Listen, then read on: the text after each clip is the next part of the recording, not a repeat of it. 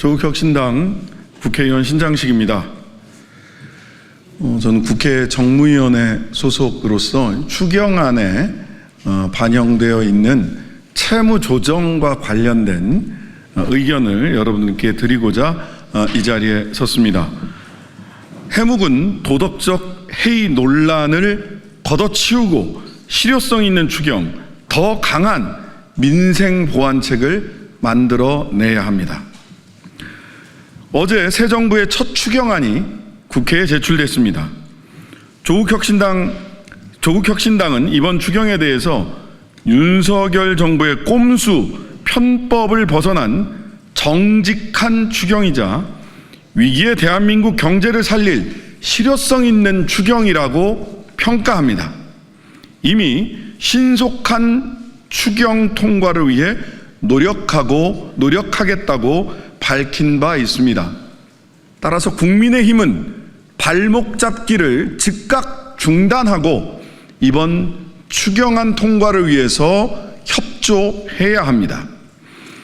하지만 아쉽게도 이번 추경이 윤석열 정부가 망쳐놓은 경제를 복구할 마중물, 모멘텀은 될 수 있지만 근본적으로 현 경제 위기를 해결하기에는 부족합니다.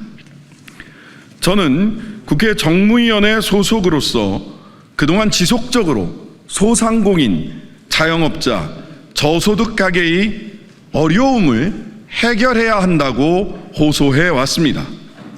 이번 추경이 내수 진작과 민생 안정을 목표로 하는 만큼 보다 정교하고 보완된 예산이 필요합니다. 이에 추경 심의 과정에서 보완될 내용을 제안드립니다. 첫째, 신규 다중채무자에 대한 지원이 빠르게 이루어져야 합니다. 정부는 7년 이상 연체된 장기 연체 채권에 대한 채무 조정을 추진하겠다고 밝혔습니다. 그러나 그 지원이 장기 연체자에게만 머물러서는 현재의 위기를 극복하기 어렵습니다. 실제 민생 현장에서는 금융채무가 3개월만 연체돼도 금융거래가 중단되고 생계가 무너지고 있는 것이 현실입니다. 코로나 이후 고금리, 고환율로 발생한 단기, 저소득 다중채무 연체자에 대해서도 채무 조정 지원책을 검토해야 합니다.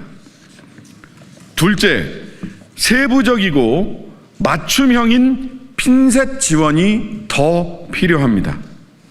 학자금 체납 청년, 대부업, 대출 연체 소상공인, 파산회생 신청자 등 다양한 유형의 위기 채무자들에게 맞춤형 채무 조정과 재기를 지원하는 대책이 뒷받침되어야 합니다. 세 번째, 단발성 지원이 아닌 근본적인 재기 지원 대책 마련이 시급합니다. 신용 불량 기록 삭제 요건 완화, 개인 회생 기간 단축, 파산자 사회복지 지원 등 일회성이 아닌 지속 가능한 제도 개선이 병행되어야 민생 경제 회복이 가능합니다. 또한 정부 재정만으로 한계가 있다면 은행, 카드사, 보험사 등 금융회사들과 대기업이 함께 고통을 분담하는 사회적 출자 체계를 만들어야 합니다. 마지막으로 한 말씀 더 붙이겠습니다. 이번 채무조정 프로그램을 포함한 추경안에 대해 도덕적 해이를 말하는 분들께 한 말씀 드리겠습니다. 지난 윤석열 정부는 경제 위기를 극복한다면서 대기업과 재벌의 경영 부담을 덜어주겠다는 명목으로 수조 원대의 법인세를 깎아주며 세금 감면을 단행했습니다. 그럴 때 누구도 그들에게 도덕적 해이를 말하지 않았습니다. 그런데 왜 빚에 짓눌리고 추심에 시달리며 삶의 벼랑 끝에 선 국민들을 다시 일으켜 세우는 채무 지원책에 대해서는 도덕적 해이라는 딱지를 붙이십니까? 부자와 재벌을 도우면 경영 지원이고 서민을 도우면 도덕적 해이라는 말씀이십니까?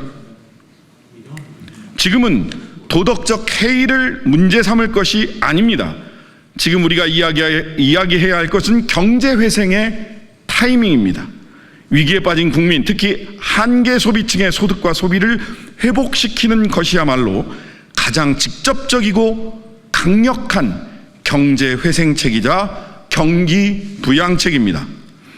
이제는 내수 활성화를 통해 서민의 금융회복을 뒷받침할 때라는 말씀입니다. 국민의 삶을 지탱하는 바닥부터 서민부터 살려야 대한민국 경제도 다시 살아날 수 있습니다. 다시 일어설 수 있는 기회, 그리고 그 기회를 요구하는 국민들에게 손을 먼저 내미는 것이야말로 국가의 가장 중요한 책무입니다. 그 책무를 다하기 위해, 그 책무를 제대로 수행하기 위해 조국혁신당 그리고 저는 앞장서겠습니다. 감사합니다.